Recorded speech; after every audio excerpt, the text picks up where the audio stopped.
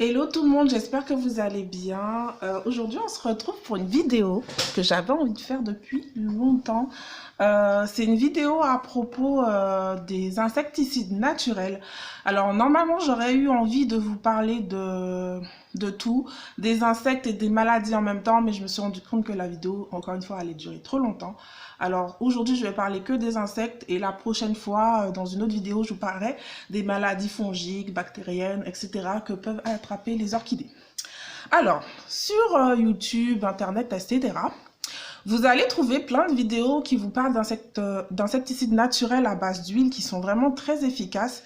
Mais j'ai remarqué que certains étaient plus efficaces sur certains insectes et surtout le problème qui se pose, c'est que les gens ne vous disent jamais vraiment comment bien préparer les insecticides et les insecticides ne seront pas efficaces si vous les préparez mal. Parce que la plupart d'entre eux, en fait, sont à base d'huile. Et l'huile et l'eau, ça se mélange pas, en fait. Et juste verser de l'huile dans un vaporisateur avec de l'eau, ça va pas se mélanger. L'huile va rester en haut, l'eau va rester en bas. Et ce sera pas efficace du tout. Et certains autres vont aussi vous conseiller de mettre certains savons, liquide vaisselle ou bien lessive en poudre. C'est très bien. C'est parce que c'est un émulsifiant, en fait, puisque les savons sont faits à base d'huile et, d'eau, mais il y a un émulsifiant qui est la soude en fait, qui mélange les deux. Et en fait, en utilisant le savon, vous allez avoir la soude du savon pour pouvoir mélanger en fait l'huile et l'eau. Voilà. Et ça, on vous en parle pas, on vous dit de juste mélanger comme ça, mais c'est pas très efficace de faire comme ça.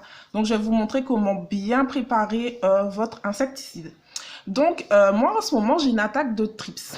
Et l'huile de Nîmes, c'est vraiment un insecticide qui est utilisé en agriculture bio pour éliminer pas mal d'insectes, parce que pour les insectes, c'est un neurotoxique, en fait. Il a un principe actif qui est neurotoxique, mais l'huile de Nîmes est aussi très sensible à la lumière et à la chaleur. Donc c'est pour ça que moi je vous conseille de préparer votre huile de Nîmes et de le conserver dans un vaporisateur opaque où la lumière ne passe pas pour pouvoir bien conserver votre huile de Nîmes et qu'elle ne perde pas ses propriétés. Ça c'est l'un des premiers conseils que je vous donne pour l'insecticide à base d'huile de Nîmes. Pour les autres insecticides, ce ne sera pas forcément nécessaire d'avoir un contenant opaque, mais pour l'huile de Nîmes, c'est très important. Ensuite, maintenant, on va passer à la préparation de l'insecticide à base d'huile de Nîmes. Donc, moi, je vais utiliser de l'huile de Nîmes que j'ai trouvée sur Amazon, de la pure, de la bio, de la vierge, tout ce que vous voulez. Ça, on trouve ça sur Amazon. Vous n'êtes pas obligé d'acheter celui-là. Juste de l'huile de la vraie huile de Nîmes. Vous en trouvez même sur Aromazone aussi. Voilà. Et dans certains magasins bio aussi, au rayon ménager, j'ai vu qu'ils avaient de l'huile de Nîmes. Et ensuite, voilà. Donc, moi, j'ai préparé déjà mon huile de Nîmes. Et vous allez aussi avoir besoin de savon noir. Donc, le savon noir qu'on trouve au supermarché, genre Carrefour de la marque Briochin, c'est très bien. C'est un vrai savon noir naturel. Il est à base d'huile de lin, donc c'est très bien.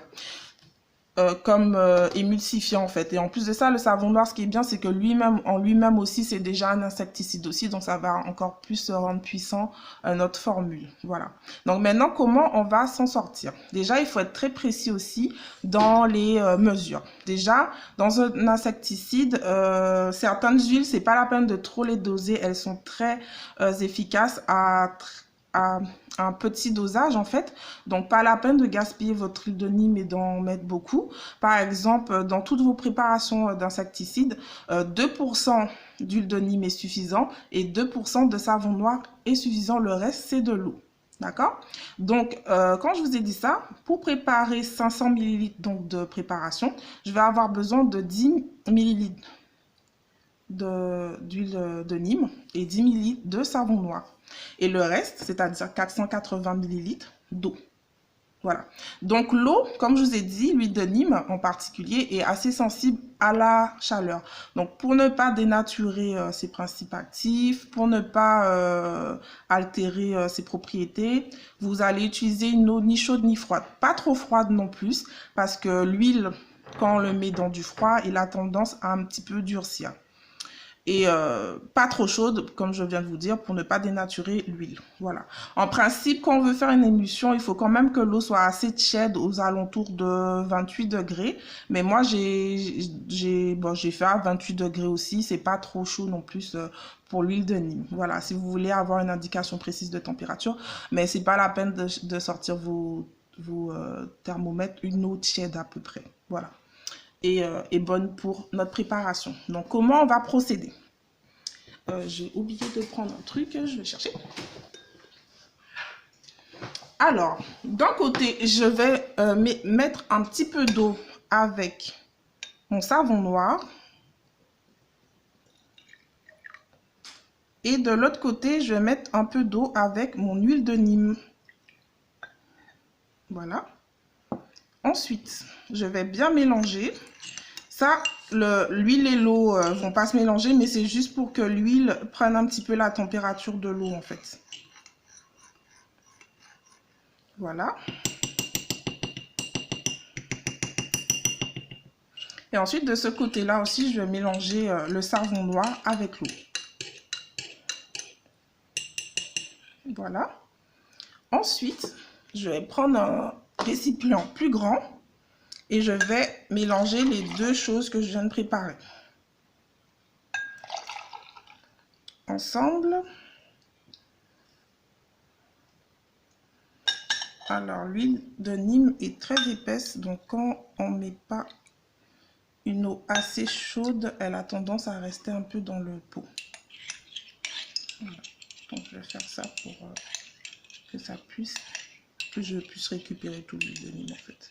Et là, comme il y a du savon noir à la bonne température, ben, l'huile commence déjà à se dissoudre, en fait, dans mon mélange, ce qui est très bien. Parce que il ne faut pas que l'eau et l'huile restent séparées. Donc là, je mélange bien.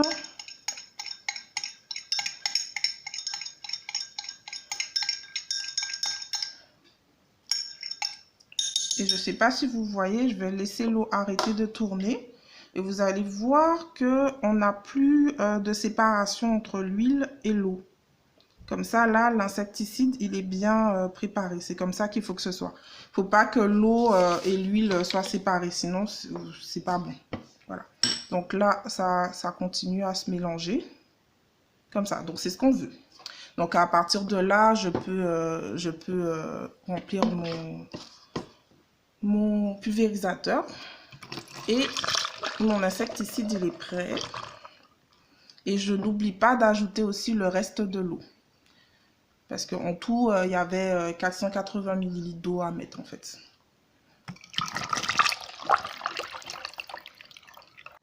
Donc, dans nos insecticides, on peut rajouter aussi de l'huile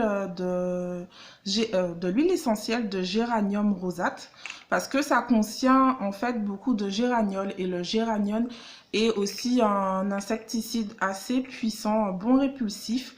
Donc, même dans vos sprays d'eau, on a tous des pulvérisateurs d'eau juste pour hydrater nos plantes le matin. On peut mettre un peu d'huile essentielle. Alors 2-3 gouttes, ça suffit pour à peu près 500 ml d'eau, voilà, ou de préparation. Donc je vous conseille d'avoir ça sous la main ou bien de l'huile essentielle d'arbre à thé. Aussi, tout à l'heure, je viens de vous parler de savon noir comme émulsifiant. Mais en fait, si vous n'avez pas de savon noir, vous pouvez aussi utiliser du liquide vaisselle, tout simple, ou bien de la lessive en poudre aussi. Voilà, une petite lessive en poudre comme ça, vous n'en mettez à peu près que 2 grammes par 100 ml. Donc, par exemple, pour une préparation de 500 ml comme on vient de le faire, ce serait à peu près 10 grammes, à peu près, voilà, c'est ça. 10 grammes de lessive en poudre, la plus simple possible, voilà. Ça peut aussi servir comme émulsifiant pour mélanger l'huile et l'eau avec la même méthode de fabrication qu'on vient de le faire.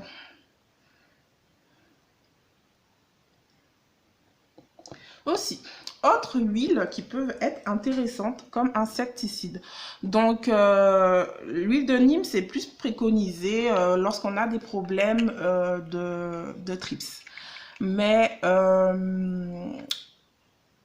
il y a aussi d'autres huiles qui sont très utilisées en agriculture biologique, comme l'huile de colza aussi, mais celui-là, on le retrouve plus souvent pour lutter contre les cochenilles. C'est une huile assez, on va dire, économique, donc c'est plutôt pas mal. Mais par contre, quand on fait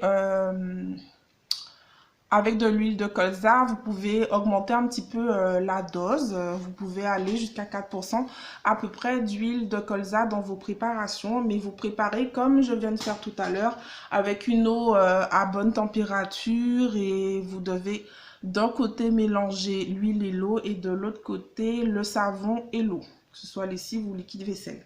Voilà. Ensuite, comme l'huile aussi, je ne l'avais pas préparée celle-là, c'est l'huile de paraffine qu'on trouve en pharmacie facilement dans toutes les pharmacies et des fois aussi dans les très très grands supermarchés. Alors c'est une huile minérale, donc celle-là on va plus l'utiliser pour les araignées rouges, j'ai remarqué.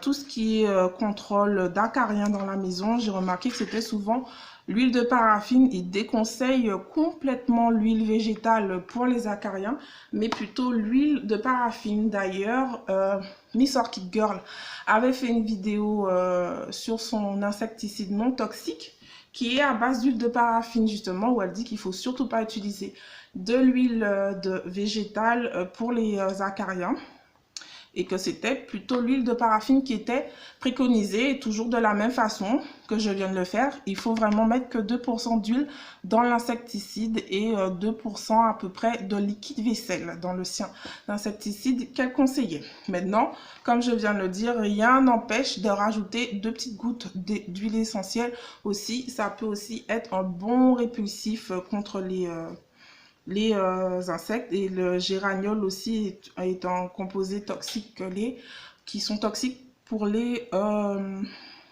insectes.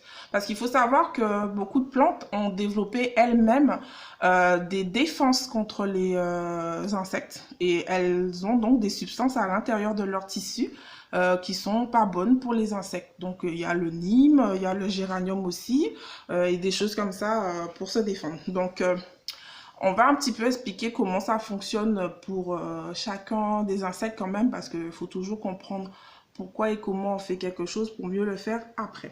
Donc, l'huile de Nîmes est plutôt un neurotoxique pour les trips. Donc, elle va injecter quelque chose qui va complètement étourdir le cerveau de la trips et l'empêcher en fait de se repérer. Elle va complètement perdre la mémoire et ne pas réussir à retrouver son chemin, et elle va mourir de faim comme ça. Sans compter aussi que dans le Nîmes, il y a une substance, je vais vous l'écrire là parce que le nom, laissez tomber, j'arriverai jamais à le prononcer. Cette substance-là aussi a tendance à créer des malformations chez les trips, ce qui fait que leurs ailes ne se développent plus. Et là aussi, ça gêne beaucoup leur développement. Maintenant, les trips, c'est très difficile à éradiquer parce qu'elles se cachent très bien dans les plantes. Elles sont beaucoup plus difficiles à éliminer que les cochenilles, par exemple, parce qu'elles se cachent vraiment bien. Et en plus, comme l'insecte est vraiment beaucoup plus petit, par exemple, qu'une cochenille, donc c'est beaucoup plus difficile à voir. Et donc, du coup, on n'est même pas au courant qu'on a des trips, qu'elles ont déjà commencé à faire pas mal de dégâts. Et elles font vraiment des dégâts au niveau des tissus, des feuilles, des boutons, etc. C'est horrible. Je vais vous mettre une petite capture à côté de ce que les trips ont fait à mes plantes à moi, surtout aux fleurs. Donc, ça va limiter la propagation des trips, mais ça ne va pas les éliminer complètement. Il va falloir vraiment baigner les plantes, parce que le fait de les baigner avec un jet sous la douche, avec un jet assez ferme, ça permet de décrocher les trips, les œufs qui seraient encore collés sur les feuilles, etc.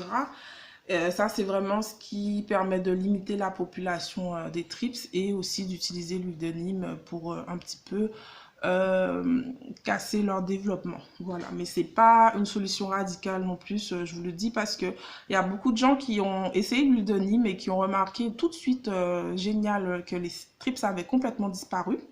Et en fait, ils sont trop contents, ils se disent « Ouh là, j'ai trouvé la solution magique ». Et après quelques temps, ils se rendent compte que les trips reviennent. Donc c'est pour ça qu'il faut refaire le traitement plusieurs fois et on peut pas dire qu'on va les éliminer complètement. Une fois qu'on a les trips à la maison, on vit avec en fait, on les contrôle en fait. Voilà, ça. On cherche à les contrôler, mais personne ne peut se vanter d'avoir vraiment réussi définitivement avec des solutions naturelles à éliminer complètement les trips. Voilà. Au niveau des cochenilles, par contre, on utilise plus de l'huile de colza. On se complique pas trop la vie avec une huile plus compliquée que ça à partir du moment que c'est une huile végétale avec une certaine consistance, comme l'huile de colza. Parce qu'en fait, les cochenilles sont assez faciles à éliminer dans le sens où elles ont des pores sous le dos, sur leur dos, que ce soit les cochenilles farineuses ou les cochenilles à carapace. Et il suffit de mettre un peu d'huile sur leur dos pour qu'elles arrêtent de respirer, puisque l'huile bloque leur respiration et ça les tue comme ça. Donc, on préconise surtout de l'huile de colza pour les cochenilles parce que c'est aussi simple que ça. Après, moi, j'ai longtemps pas utilisé trop de insecticides. J'utilisais plus un petit pinceau tout fin. Je vais vous montrer. Et voilà, aussi fin que ça. Voilà, et ça, je rentre dans les petits interstices de la plante pour éliminer les cochenilles. Et franchement, j'ai plus de cochenilles. Des fois, il m'arrive d'en voir une, mais c'est tout, quoi. Franchement, c'est trop facile à éliminer les cochenilles. Ça, c'est pas quelque chose qui me prend beaucoup la tête, les cochenilles. Ensuite, pour ce qui est des acariens, moi je fais que répéter ce que Miss Orchid Girl a dit parce que moi j'ai pas d'acariens chez moi, j'ai jamais eu d'araignée rouge, donc je peux pas vous faire un vrai retour d'espérance par contre pour les acariens, mais par contre bon, écoutez quand même mes conseils pour le mode de préparation quand même de l'insecticide puisque elle ne dit pas comment faire vraiment pour bien préparer l'huile avec dans son truc et du coup c'est pas bien préparé du coup comme ça de juste mettre de l'huile, de l'eau et tout ça dans un pulvérisateur. Voilà, et sans parler de la température de l'eau, etc. Donc voilà. Donc voilà, j'espère que la vidéo vous a plu. On a un petit peu vu tout ça. Sinon, j'ai aussi une décoction de cannelle qui sert aussi pour tous les 3 insectes là dont je viens vous parler là. C'est une décoction à base d'alcool. Donc en fait, pour 500 ml à peu près d'alcool à 70 degrés, d'alcool modifié, on trouve ça en pharmacie et même à Carrefour aussi. Moi, le mien, je le prends à Carrefour. Vous mettez une cuillère bombée de cannelle en poudre et en fait, c'est surtout l'alcool qui va être actif puisque si vous pulvériser de l'alcool directement sur un insecte, il n'y en a pas un qui va survivre en fait, que ce soit acarien, cochenille ou trips, mais là encore une fois, c'est quand l'insecte est devant vos yeux. Parce que l'alcool, ça agit vraiment par contact et ça va pas aller tuer vraiment comment dire, les insectes qui sont à l'intérieur des plantes. Donc là, encore une fois, c'est surtout le nettoyage qui compte. Mais après, bon, si vous ne pouvez pas nettoyer et que vous avez aperçu un petit insecte, éliminez-le avec une décoction à base d'alcool à 70% et de cannelle. Pour préparer cet insecticide-là, il suffit de faire infuser pendant 24 heures une cuillère à soupe bien bombée de cannelle dans 500 ml d'alcool à 70%. Et au bout des 24 heures, excusez-moi, vous allez essayer d'éliminer le maximum de cannelle en poudre parce que quand vous mettez après l'insecticide dans votre pulvérisateur, il vaut mieux éviter de laisser la poudre dans le pulvérisateur parce qu'après ça va boucher le trou de votre pulvérisateur et il va plus bien marcher du tout. Ce serait dommage. Donc voilà, une fois que la cannelle a bien infusé, c'est 24 heures, c'est suffisant. Après, vous éliminez juste la poudre et vous gardez que le liquide. Voilà, c'est comme ça qu'on fait une décoction à base de cannelle et d'alcool. Voilà. Et j'adore aussi cette décoction-là parce que ça sent très bon après la cannelle dans la maison. L'huile de Nîmes avec et l'huile essentielle aussi de géranium, ça sent très bon. C'est des insecticides qui sont assez agréables à utiliser. Aussi, j'allais oublier de dire, ma vidéo est un peu en désordre, mais l'huile essentielle de Nîmes, que je raconte, l'huile de Nîmes, vaut mieux l'utiliser le soir pour deux raisons. Parce que déjà, je vous ai dit au début de la vidéo que l'huile de Nîmes était sensible à la lumière, donc vaut mieux le mettre le soir, comme ça il aura toute la nuit le temps d'agir avant que la lumière du jour vienne euh, effacer ses propriétés, on va dire. Et de deux, parce que les trips, ils sortent la nuit. Donc, c'est mieux de les mettre en début de soirée pour que ça puisse mieux fonctionner la nuit. Voilà. J'espère que la vidéo vous a plu. S'il vous plaît, abonnez-vous. Ça va beaucoup m'encourager et m'aider à faire évoluer cette chaîne. Et aussi, vous pouvez aller me suivre sur Instagram parce que dès que quelqu'un s'abonne, ça me fait aller regarder ces petites photos aussi parce que j'adore voir vos propres collections aussi. Et voilà, laissez un commentaire pour ajouter aussi vos petites recettes naturelles contre les insectes. Et voilà, à bientôt, bye bye. Vous allez retrouver toutes mes recettes dans la description aussi, si vous voulez l'avoir en écrit aussi. Et puis voilà, hein, à la semaine prochaine. Bye bye.